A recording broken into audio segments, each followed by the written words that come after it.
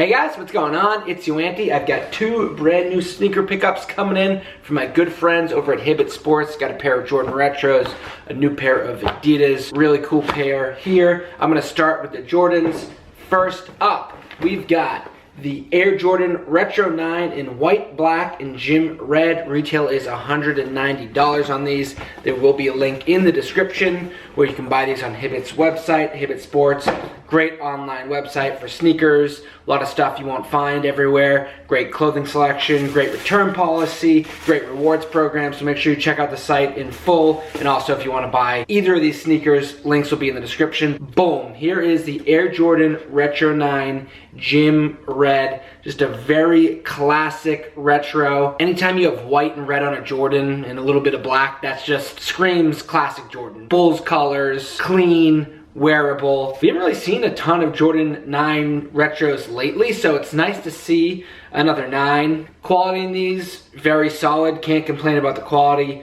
That gym red, patent leather, so they are very shiny, a lot of pop. The white leather, pretty solid. And then what I love about the 9 is the little booty system. You just slide your foot in. Has a really nice, comfortable, locking feel once you put your foot in there. I love the pull tab on the back, almost like a ski boot, getting your foot in there. Air Jordan across the tongue, white mesh coming along the tongue, black eyelets. And then like I said, you've got that gym red just all over the shoe in that patent leather. 23 stitched in and back. That's a really nice detail, looks very clean. The Jumpman Globe logo in the back in red. Then you've got your Jumpman hits, black on the side, black on the bottom. Classic Jordan 9 outsole. So overall, just a really solid retro model. Jordan 9s for me fit true to size. Maybe half size down if you want a snugger fit. All in all, if you're looking for just like a clean, simple Jordan, this is a great option. You could wear these essentially every day with a lot of stuff, so highly suggest these if you're